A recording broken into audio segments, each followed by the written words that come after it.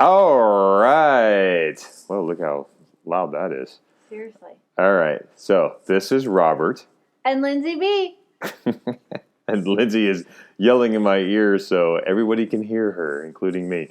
And you are listening to The Robert Budd Show. And today we as in me, interviewed Erik Rojas.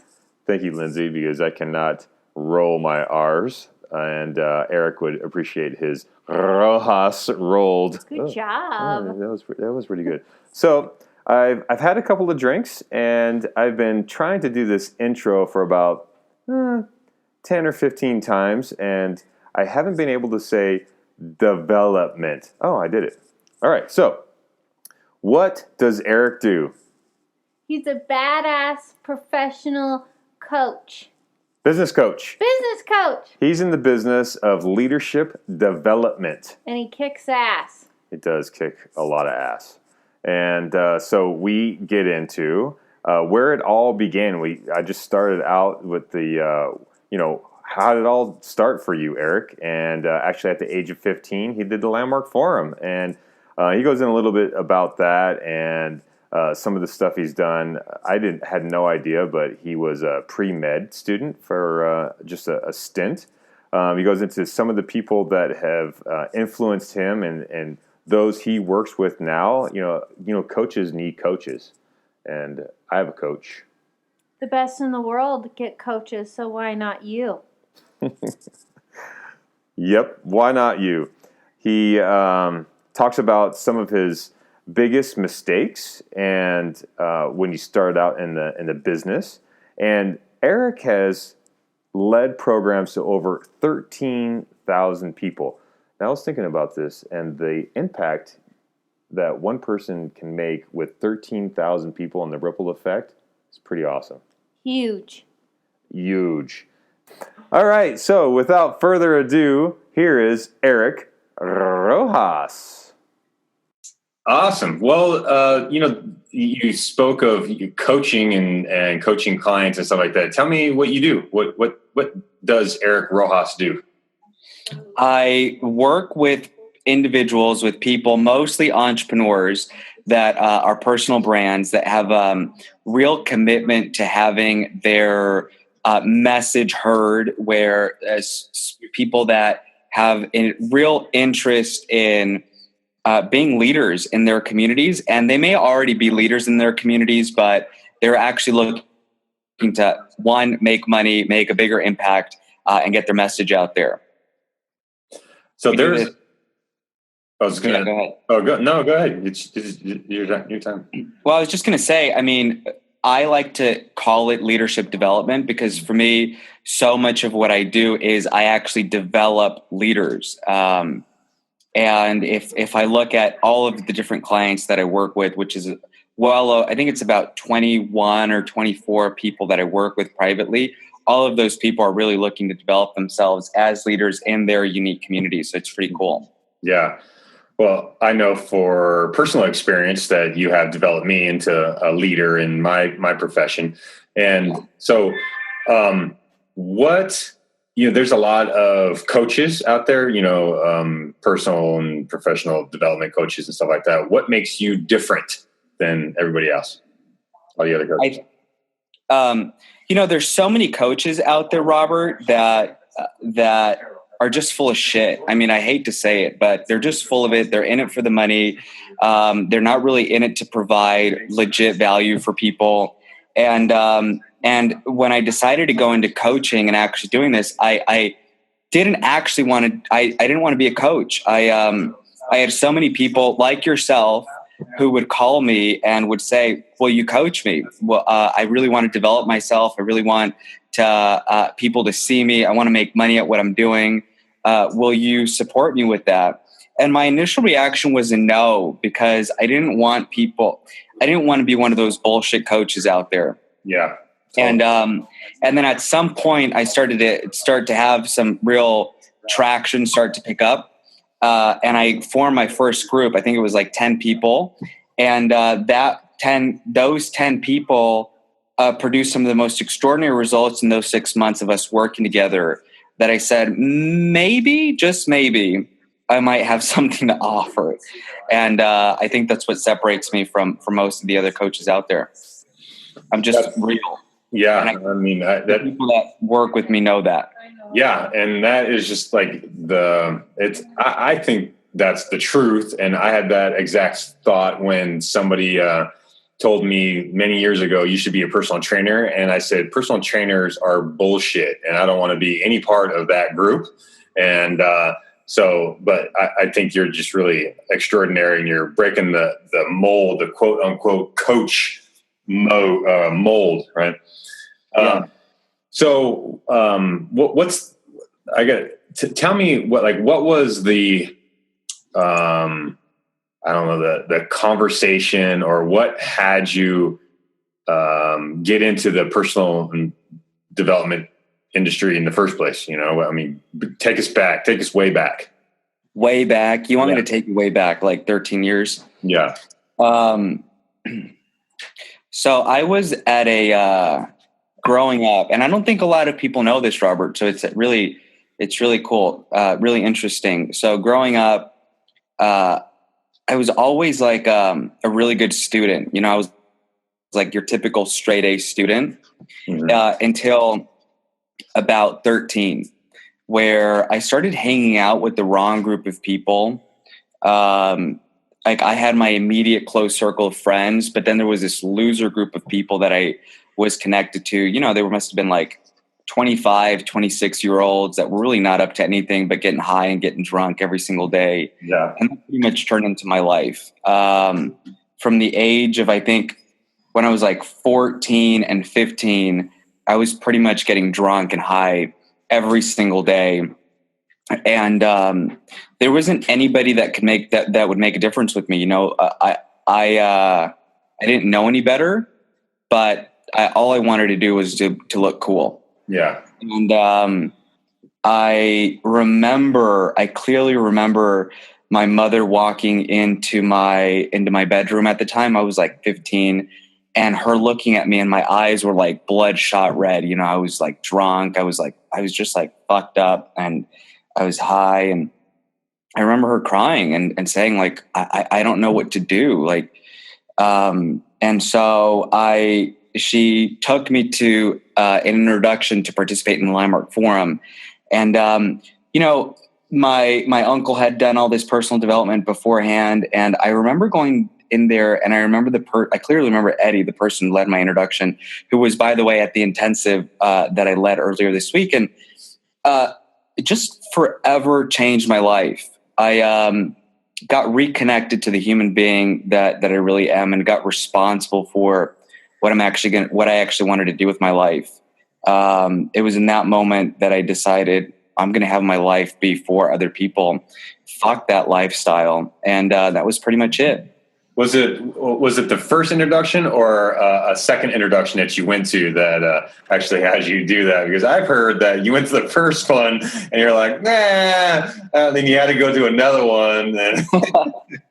I did. It actually wasn't the first. It wasn't my first introduction to the personal development. It was actually the second introduction to personal development that I said, okay, fine, I'll do it. Sign me up on the dotted line. And you were how old? I was 15. 15, and you took the Landmark Forum for young people, and then it was the Landmark Forum for teens at the time. Landmark Forum for the teens, and that had you start. So did you tell me a little bit about how did you start to work? You end up working for Landmark. How that all began? So I participated in the Landmark Forum when I was 15, and then shortly after that, I just got really involved. I just totally digging it. I totally digging the doing work on yourself and all that stuff. And I participated in several leadership programs and trainings and all that stuff. And I thought, it would be real. I got really inspired by leading the Landmark Forum. Yeah. I was inspired by that. I thought, it would be so cool if I could get up on stage and lead the Landmark Forum and impact people's lives in a profound way. That would be rad. And, you know, for a 15-year-old, that seems like a huge goal, you know, when you see people moving hundreds of people. And years later, I decided I was going to work, that I'd like to apply for a job and I'd like to work on staff in San Diego. And the center manager at the time in San Diego Center was not going to hire me. She said, "You're too young. I need somebody that's got work experience. I can't do this." And Lisa Levitt, who was regional director, came in and she was visiting San Diego, and she met and she's like, "Oh my God, you've got to work my division." And I said, "Okay, well, you know, the woman that's managing the center does not want to hire me." And so I then interviewed with Katie Hawks in New Jersey. And at the time I thought, New Jersey, are you freaking kidding me? Like, what's in New Jersey? You know, this is like a San Diegan, like now talking about going to the East Coast when I was 18, shortly after I graduated. And they took a chance on me, man. Yeah. And I moved to New Jersey, and I am forever grateful for the people of New Jersey. I mean, those people took me into their homes, took me into their workplaces, took me into their families. I just love the people of New Jersey because of that. Yeah. Did you at one time come back and go to college? Were you ever a pre-med student? Yeah. So I came back and I came to San Diego with the... This is something, I was stalking you. Yeah. I had no idea that you were a pre-med at one time. Yeah. I got inspired by that. I'd always wanted to be a doctor, and I thought I was having conversations with Barry Greider. I was in the interview process of going into the Landmark Forum Leader Body, like the very beginning process of that. And I was having an interview with Barry, and he says to me, "Erik, just tell me all the things that you've ever dreamt of doing with your life." And I said, "Well, you know," and I started talking about all of these things that I wanted to do with my life. And one of the things that I said was I'd always wanted to be a doctor. Like, I'd always wanted to make a difference to people in that way. And after that interview, he says, "You know, it's probably best for you to go fulfill on all of those dreams before you go into the Landmark Forum Leader Body." And so I decided I was going to move back to San Diego. I was going to go back to school. I was going to go do pre-med and do all that stuff. And I then realized I didn't actually want to be a doctor, but it actually took doing the work to go back to college, go through all that stuff to realize that wasn't really what I wanted to do. Yeah. This is just in line with you making a difference also is, tell me about the experience you had with the Boys and Girls Club. You know, I worked at I was athletics director for about 6 months in the Boys and Girls Club. And I loved that. You know, I think I've always loved kids. Like, yeah. I just, and given my training at Landmark and having led programs for teens and young people and having been one of those teens that just like turned a corner, I did that, and I didn't know what the hell I was getting into. I mean, if you can imagine, like, being part of, like, having like 40 freaking kids running around the basketball court and trying to get them all together to play basketball and to play good. And now you've got one of them shoving the basketball down the other one's face. And, you know, like, all that stuff was just like, oh man, it was quite the experience. I don't know if I would ever be able to do that. And it kind of gave me like a wake up call as to, when am I actually ready to be a dad, you know? Yeah. But I loved it. I love the Boys and Girls Club and everything that it stands for because of that reason. What are some of your key principles that you live by?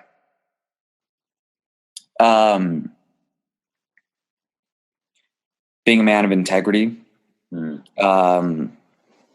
being someone that's for people,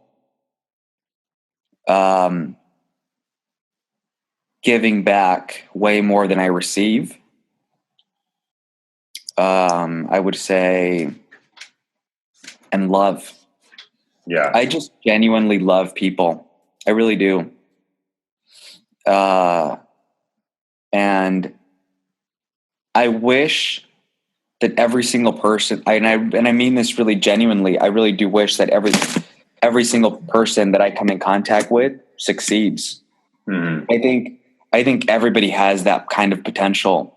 And when I meet someone and they're just not winning at the level that they'd like to be winning, I really do wish that they get themselves to the point where, gosh, I hope this person finds their expression, because man, when they do, shit will get awesome.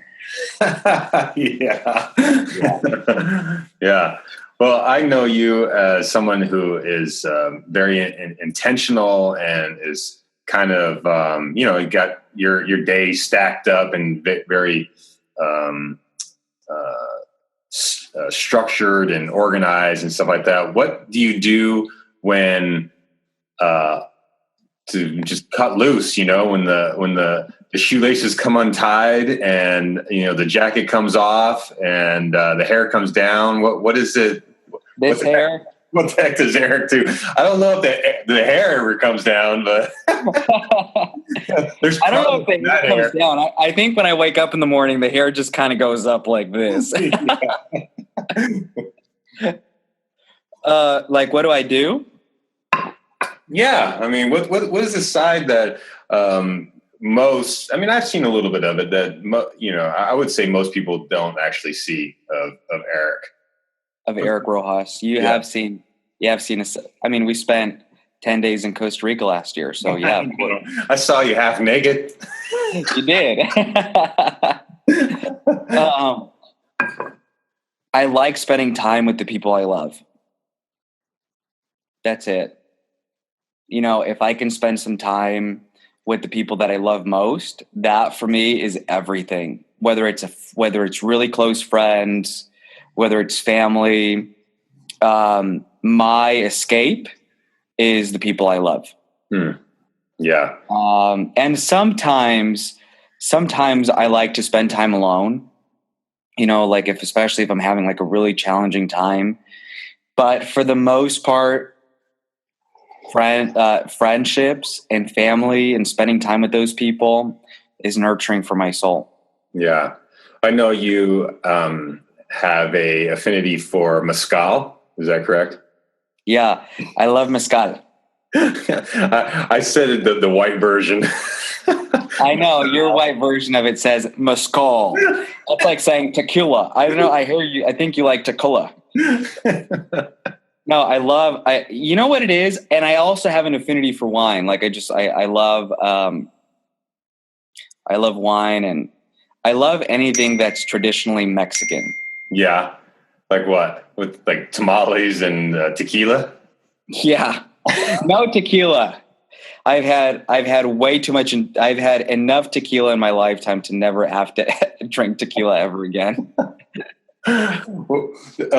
Tell me about your typical day. Like, do you have certain things that you do to set yourself up? I know I have a morning ritual, and I'm working on an evening ritual to have me empowered in my life. You talk about being empowered, and having a morning ritual definitely empowers me in my life. And I'm pretty.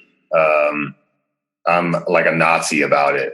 Don't mess with my morning ritual, because once I get off, I mean, everything from, I know exactly what time, like I got to use the shitter. I mean, it's like that, it's like, boom, boom. So what is there, do you have something like that in your life? Yes, actually, you know what? I'm just going to open up my calendar so you can kind of see what it is that I have. And here, let me show you. I'm going to show my Facebook Live hold on. I don't know. Maybe. Let me check.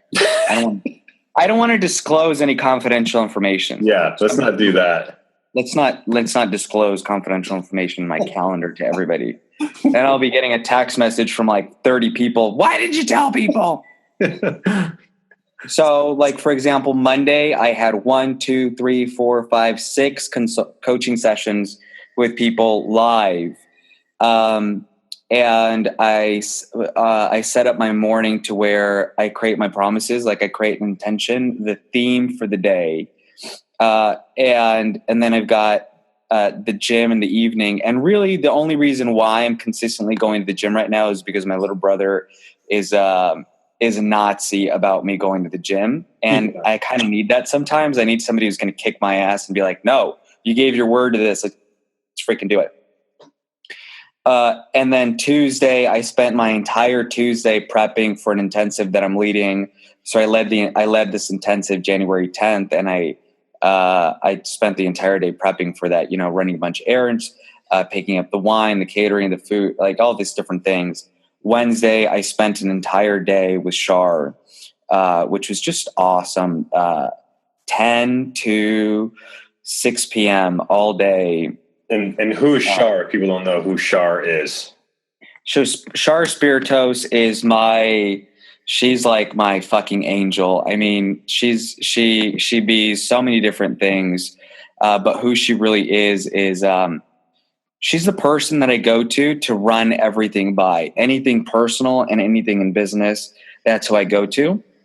And that's who she is. So I spent the day at her and Mark's house, and just really kicking off the year and really doing the work to declare what the next 12 months are going to be about. But I heard you say you set the day's intention and the theme of the day. I think that's really powerful. I don't necessarily do that. Well, tell me more about that. I mean, I know Lindsay does that, and so like, how's that support you? And I mean, is it just like hoo-ha and what is that all about? Yeah. So I think, excuse me, every single day, you've got to create an intention for the day. Otherwise, you're just going to go with the flow of the day, given however it goes. Setting an intention gives you something to true yourself up against. Mm-hmm. So if your intention today is the future is now, the moment you stop living, the future is now, you're now not fulfilling on that intention. And, it was actually something that I was trained in when I was getting trained to lead programs. Was everything that you do has an intention. Everything. And so what is your intention? Like, what are you out to cause? And rather than fulfilling on the actions or the promises that you gave, fulfill on the intention. That's really great. Instead of just having the circumstances of the day fly at you and you're just just reacting to stuff, you can, like you said, true yourself up to your intention. Yep, exactly. Yeah. Is there I know you do a lot of sales calls and stuff like that. What's your guilty music pleasure to get you pumped up for doing sales calls? Oh, man. It so depends the kind of mood that I'm in. I mean, sometimes what gets me pumped up to do sales calls is like some 80s rock. I swear I'm a child of the 80s. And sometimes it's like some crazy rap music. And other times it's some mellow classical. So it just depends on the kind of mood that I'm in. It also depends on the kind of what I'm out to cause in the sales calls. Like, am I out to push something through, or am I out to just like, am I causing sales for an event, or am I out to work with people privately? What's my main intention? Really gives me kind of like the mood the kind of music that I'm trying to get into. Yeah. Well, the kind of backtracking a little bit with other coaches and stuff like that, is there some sort of, is there any myths or something that is very popular now that you just either gets underneath your skin and you want to debunk that myth, or be like, all right, just stop saying that, stop doing that? Is there something that is very popular now that it's like drives you crazy and you're like, bullshit, just cut it out? Yeah. It's the get rich fast. I think that there's a lot of coaches out there that are telling people they can make a lot of money fast, and that's just bullshit. It just doesn't work like that in business. And if you talk to like really accomplished business owners, there's no business owner out there that ever made good money overnight. I mean, not really. I mean, the people that did, those people are like one in, I don't know, a few 100,000, maybe 1 in a million. It takes a lot of work. And I think most people think they could just put shit on social media and hang out on Facebook all freaking day. And at some point their business is going to grow, but that's a bunch of malarkey. Like that's not actually how you grow a business. And I'm so tired of so many coaches out there telling people that they can live their best life and that they can make 6 figures or they can make all this money fast. It doesn't work like that. It doesn't work like that in business, and it doesn't work like that in life. Everything takes time. Everything takes good work. And that's the truth of it. Yeah, I fully agree. What's your biggest, let's say, quote unquote, mistake or failure that you have grown from? Trying to be like everybody else. Yeah. Say more about that. What's that? What do you mean? I think at one point I was trying to be like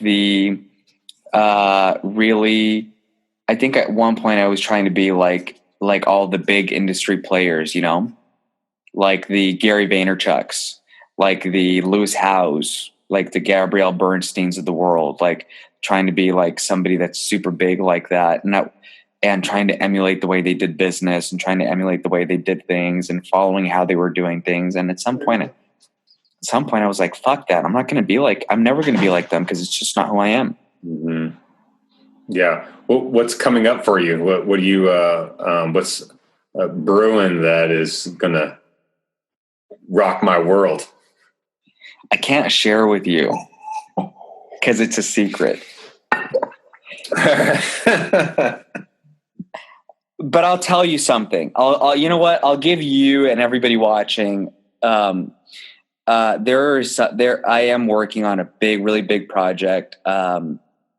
It's called the True North Invitational, and I can't share all the details. I can't share all the details of it, but there's a very, very special evening coming very soon that's going to be extraordinary and likely going to have about 150 people there. That's going to be all about having people's actions and having people's lives really be a demonstration of their true north. Everybody, all of us, you have a possibility that you were always meant to be. That's great. I like that. And so do I. And so does every single person watching this. Every single one of you has a possibility that you were always, always meant to be. Since you were like this big, you were always meant to be that possibility. And at one point you forgot. And at one point you started trying to be like everybody else. And the moment you did that, you lost that possibility that you were always meant to be, i.e. your true north. Yeah. That's great. What's one of your, what is a success that you are the most proud of? What is something in your life that you're the most proud of? That I've personally caused? Yeah. Well, I've led programs to over 13,000 people.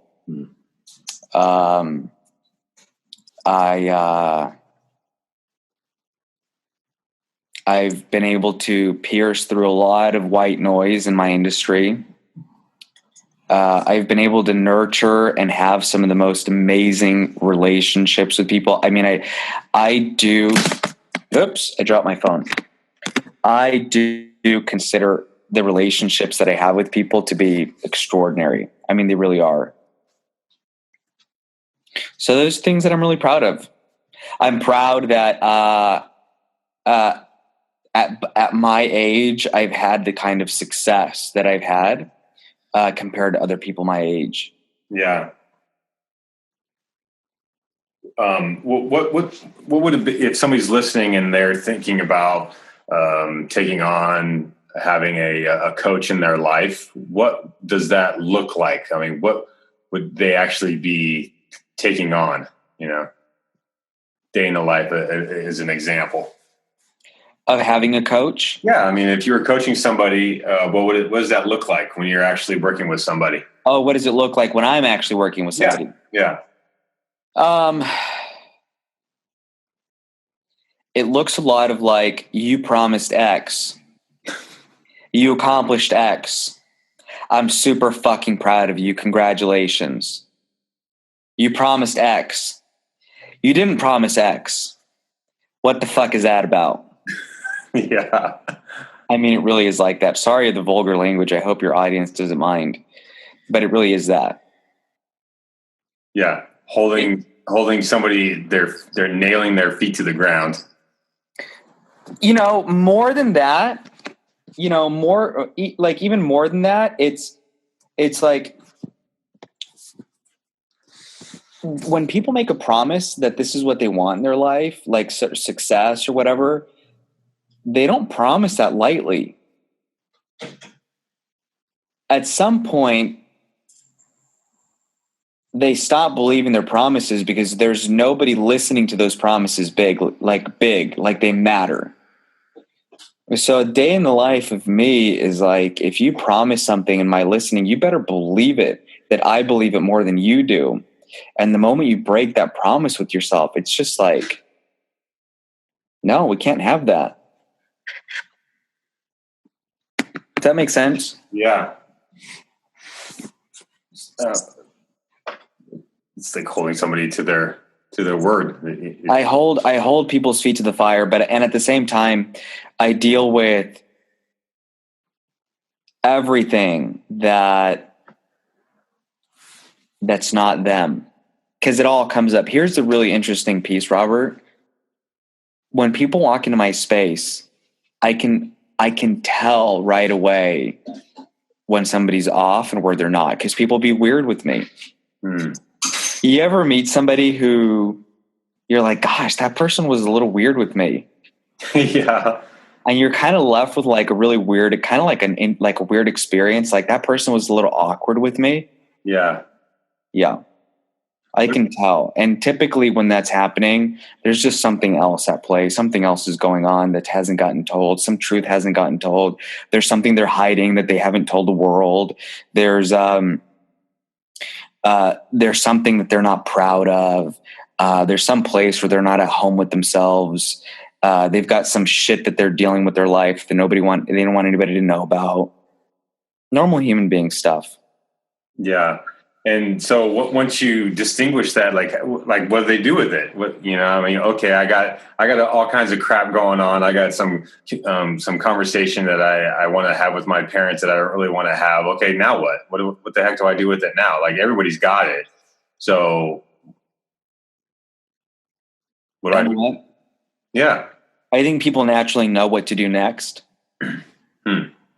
I think people naturally know what there is to do next, and they find the courage and they find the audacity to go after what they've always been wanting to do once they get freed up.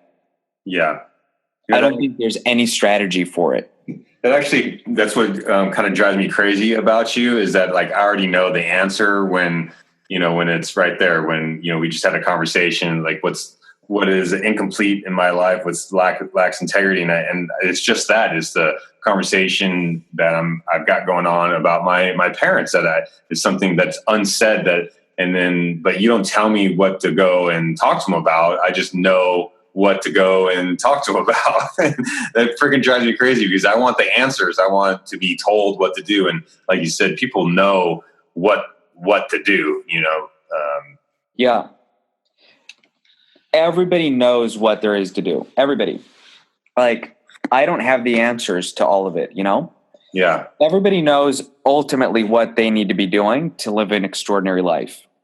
And it's always there, So like whenever, like I was meeting with a client earlier today and I said, what's up? Like, why are you being weird? And she just spilled the beans and she told the truth about what she's been hiding. And the moment she told the truth about what she's been hiding, we could actually like do something with that now, right? Like there was a sense of freedom that wasn't there before. Here, it's actually bigger than that. Nobody actually takes pride in doing things thoroughly and the way they were meant to be done. Not very few people. And that's just not in business, dude. I mean, I was at the gym the other day. I was at 24 Hour Fitness, and the person cleaning the sauna, the windows, is like doing it half-ass, like not thoroughly. Nobody takes pride in what they do anymore. Everything's about making money. Nothing's done thoroughly. And it's really unfortunate. But you know what? At one point, the people that do things thoroughly and the people that are actually take pride in what they do, those people win. At the end of the day, those people win 10 times more than the people that don't. We went over it a lot, but what really lights your fire? What's your passion? What is, like, if there's one thing that, without a doubt, if you're in the dumps, has you in action, just kicking ass? A compliment. A compliment. Yeah. Yeah. You know, if I can just call somebody and they can just tell me, Eric, you're extraordinary. You're amazing. Like, my love language is words of affirmation. Yeah. If I could just have somebody just tell me how amazing I am and compliment me and kind of build my self-esteem, that's everything for me, man. I'll get going so fast. The moment you start putting me down, and start like processing whatever the hell's going on with me, like, that shit does not work with me. The only person that gets to do that with me is Shar, and that's it. Like, that's it. Yeah. You know, I know people who are listening to this just got something for themselves out of that. You know, I mean, that's, I think you talk about love language. I think that's got to be the base of most people's, love language is compliments or something like that, yeah. A compliment for me does it, dude. Yeah. And I think people overthink this, they're like, what do I need to do to get myself going? What do I need to get myself motivated? What do I need to get myself off the fucking couch and actually working? Dude, call somebody and for 5 minutes, have them compliment you. Have them tell you how amazing you are. Yeah. That for me, 10-fold. Yeah. Do you think people do that? Do you think they overcomplicate shit? I got to make New Year's resolutions to get myself off the couch, and then 5 days later they're not doing shit and they're just complicating stuff. Yeah. People overcomplicate things. Like, people have got these extremely long processes they walk themselves through for the new year. God, like, completing the new year is like this long process. Like, creating the new year is like this long process. No, it doesn't have to be that. Yeah. What is, if there's one thing you can tell people, let's say it's on a billboard or sky, writing in the sky or something like that, what is that one thing you want everybody to know? And it, not necessarily advertising, go on Erik Rojas, advertising for yourself. What would it be? The number one thing I would want people to know. Yeah. That there will never be anybody that's your biggest champion than yourself. And if you can get yourself to be your biggest champion, you have won. That's it. Whoa. All right. Well, Erik just dropped the mic on that one. And so thank you so much, Erik, for being with us. I really, really appreciate your time. And thank you all for listening to the show.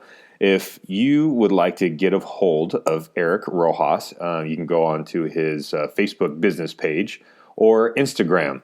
And any of the things that we talked about, any of the links, will all be in the show notes. The people mentioned will all be in the show notes if you go to robertbud.net/podcast. It'll all be there. And if you like the show or you want to leave a comment or a concern, a question, you can go on to robertbud.net/podcast and leave a question or comment and get a hold of me. Also, you can rate the show on iTunes. That would be really great if you can go on and rate the show. Really appreciate that. All right, and that's it. Until next time.